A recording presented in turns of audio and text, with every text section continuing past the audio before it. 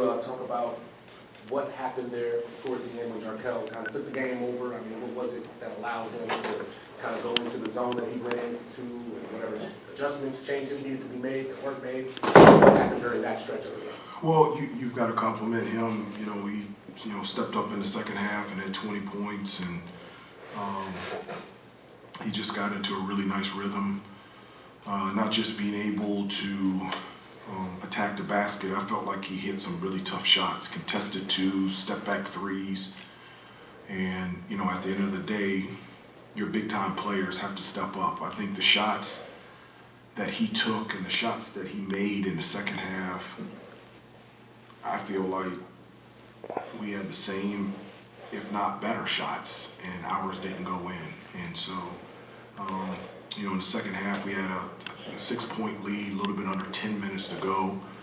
We had 3 straight possessions where we could have extended that lead. We missed a layup, had 2 turnovers that allowed them to catch up and tie the game or take a 1-point game. And we just didn't play well down the stretch.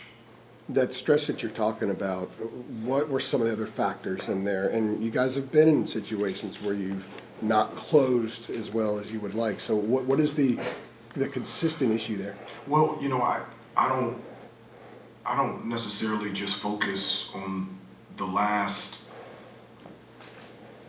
part of the game, the last 6 minutes. When I'm referencing in terms of like the little that mean a lot, the discipline and the details, I'm talking about the entire game. So like in the first half, one of the things consistently that we've done really well this year is limit teams to 1 shot every possession, but we gave them offensive rebounds in the first half. We talked about taking care of the basketball in the first matchup. We only had 7 turnovers against them, which is huge. We turned the ball over in the first half. We ended up with 13. So every time I felt like we turned the ball over, it was like a pick 6. So anytime that we have a recipe of more turnovers than assists, that's just hasn't been good news for us. And so I don't,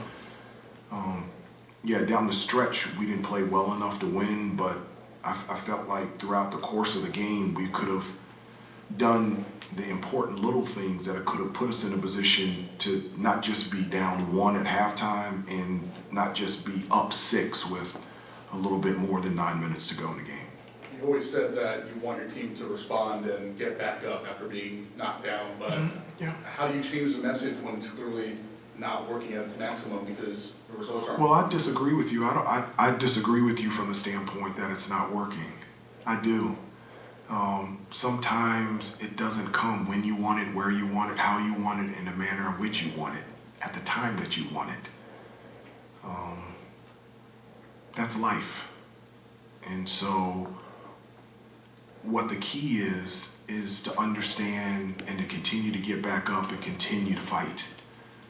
That's what Carolina's always been about. That's what this team has always been about. And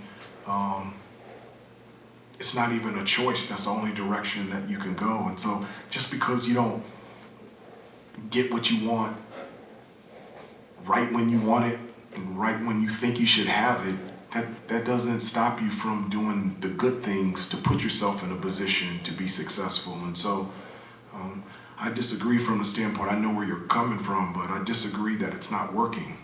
We don't know if it's not working. You got to keep getting back up and keep trying. It's not working when you quit.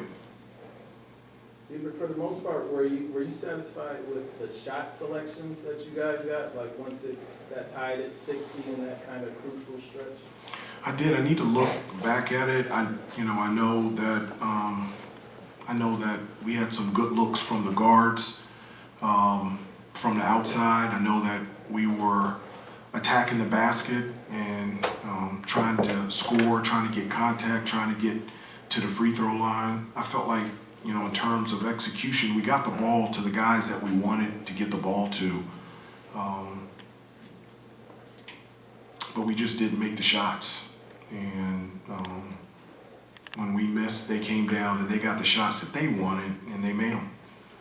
Coach, I think you were talking earlier how you guys had 13 turnovers. You only forced 1 of your own. What are ways, or what can you do defensively to sort of open up those fast break buckets for you guys on the offensive end? Yeah, we tried to, dead ball situations, full court, we picked up full court and, got into our press and tried to create some steals and deflections and turnovers. One of the things for NC State, they have multiple ball handlers, so if you take it away from one, there's, 2 or 3 other guys that can handle the basketball and get their team into their offense. So, we definitely tried, to get some extra possessions.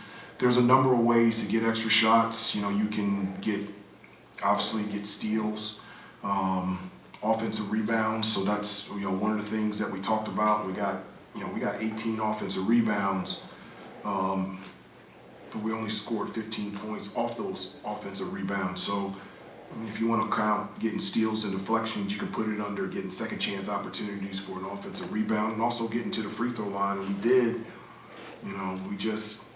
we missed 6 free throws, which is close to our average. But I felt like we got opportunities, more opportunities on the offensive glass, but we just weren't able to generate anything in terms of steals and deflections in the full court. Take a couple more. Hubert, when you leave out of here, it's 4 games left in the regular season now for you guys. Is the feeling there that time's running out? Well, no. No, not at all. After the game, I told the team that, I've been there before, being in the NBA and, been in situations where you feel like your back is against the wall. And I told them that there's a long season ahead of us and that we didn't play well enough here to win, but I was really proud of the effort from all the guys that played, and I was really proud of them, and that we have to continue to stay the course and continue to compete and continue to fight. And I'm very hopeful and confident that the things that we're talking about and the things that we're working on, it is going to result in something positive in terms of wins. I just do.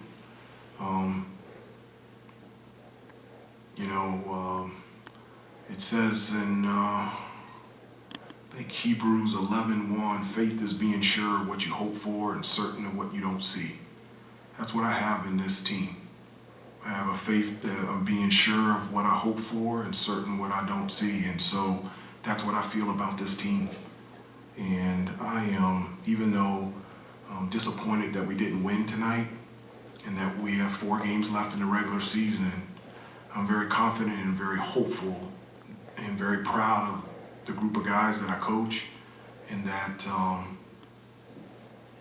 that will continue to get better and good things will happen to this team.